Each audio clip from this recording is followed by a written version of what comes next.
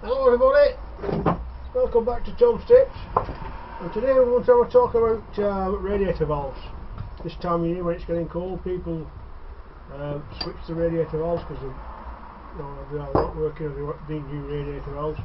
And I'm just going to tell you some of the pitfalls that you can fall in without knowing it. Now this is a thermostatic rad valve, and you can see that because of the head. It's got all settings on it. And this is called a 15mm fitting type. It's the same type of fitting that you get on a compression coupling, compression elbow, compression T. It slots into the valve like that. And it's also, you can turn it round so it slots into the valve that way, so you can pick direction that you want it to go in, either stood up or on its side.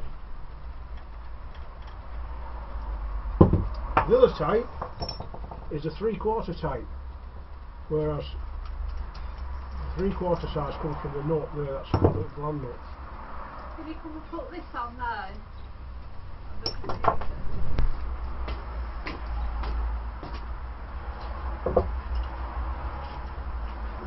Kick me out. Shut me over. Breakfast is ready. That's all.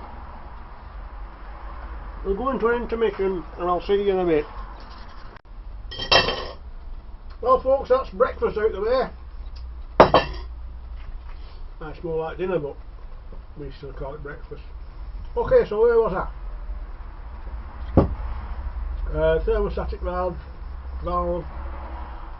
block sheet rad valve, both use the same tail. This is called the tail. This is the bit that goes in the radiator. Right, the other type of tail is this one.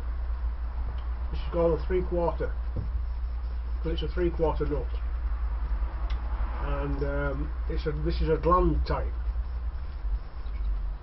The mating surface is a beveled edge that mates into that opposite beveled edge, pulled together by a 3/4 nut. Put a bit of Boss White on there or a bit of paste, and that forms a good seal. Now the pitfall that you can fall into if you don't know what's happening, if you decided you're going to change the valve and you're leaving that tail in the radiator, you think it's a good idea to save time out of that. Watch out, because not all tails are the same, as I'll show you. That's what they call a 3/4 thread, and that one is a 3/4 thread, as is that one. But you've got to watch out for ones like that. You might think it's the same because you could start the thread and it'll screw together, but it's not made of steel because the thread is completely different.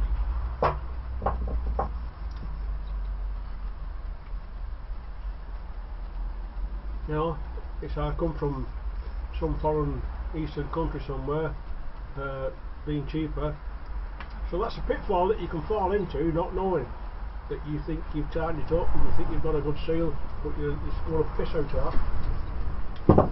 Another pitfall is if you're changing that part and you're thinking that the pipe coming up out of the floor, oh, I'll leave that nut on, it's the same nut, and it is, it's the same nut. So you throw your new valve on, but what you haven't noticed, and you won't do, is that that's not pushed up there enough, so it'll tighten up. As it gets tight and you think that's okay, but it's not sealed.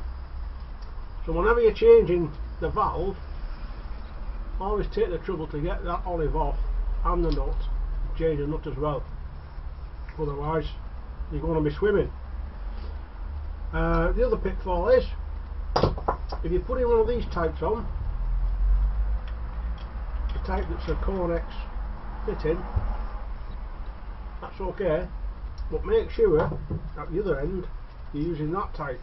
the gland type, because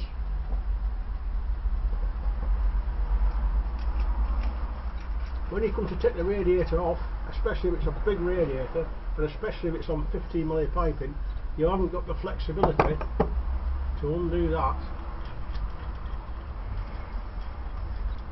and then you need to pull that literally sideways to free the radiator. You might be able to do one side, but you have to do both sides, you're going to struggle. That's why on the other end you need that type, the gland, because that'll just undo and pull away. You don't need to pull it out and pull it that way. So your radiator then, you could pull out at one side and pull up at the other side and off you go. So anyway, that's all I have to say about radiator valves, and all the rest is pretty obvious, I hope, I think. And I'll go and get a cup of tea now. Oh, sorry, I didn't mention putting the tails in. You put those tails in obviously with a spanner or a pair of grips, whatever you want. That tight, you need a rad key, and you put the rad key in there and undo it that way. Right, so I'll go get my cup of tea now, and I'll see you all later.